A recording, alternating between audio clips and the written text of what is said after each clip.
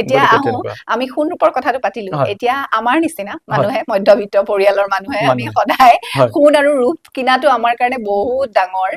মানে কথা হৈ যায় কেতিয়াবা গতিকে আমাৰ নিচিনা মানুহে কি কৰিম এটা বিশেষকৈ ধনতেৰছ বুলি ক'লে সাধাৰণতে আমি ঝাৰু কিনিব লাগে বুলি মানে জানো আৰু লগতে তিল কিনিব লাগে বুলি জানো গতিকে কি বস্তু কিনিম আমি আৰু কি বস্তু নিকিনিম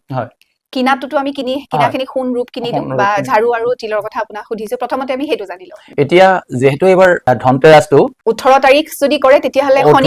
শনিবাৰ পৰিব শনিবাৰে কিন্তু ঝাৰু কিনিব নিকিনিব হয় শনিবাৰ আৰু ধনতেৰাসত আপোনালোকে ঝাৰু নিকিনিব কিন্তু ৰবিবাৰে যেটো পৰিছে ৰাতিপুৱাৰ পৰা মানে তিথিটো আৰম্ভ হৈছে প্ৰধানত ৰবিবাৰৰ ধনতেৰাসৰ সেই তিথি সময়খিনি ৰাতিপুৱা সূৰ্য উদয়ৰ পৰা সেই 2 বজালৈকে ধৰক 1:52 সেইখিনি সময়ত আপোনালোকে ঝাৰু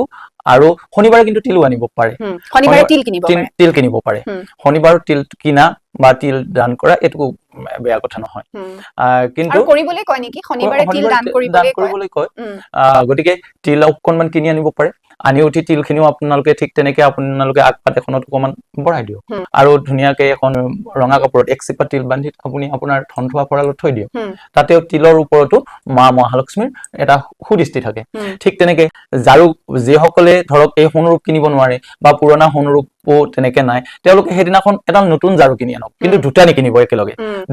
দুটা মানে আনি একেলগে নথব বা দুটা একেলগে কিনিব নালাগে দুটা কিনি আনাত একো অপৰাধ নাই কিন্তু দুটা ঝাৰু একেলগে কিনি আনি একেলগে ৰাখিম এটো নকৰিব এটো মই আগৰ ভিডিওটো কৈছো যে দুটা ঝাৰু একেলগে না ৰাখিব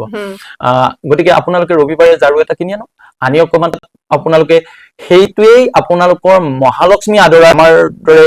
সৰ্বসাধাৰণৰ কাৰণে উত্তম উপায় এতিয়া আমি কি কিনিব হেতুটো পাতিলো বিশেষকৈ ধনতেৰছত কি বস্তু কিনিব নালাগে দেও হয়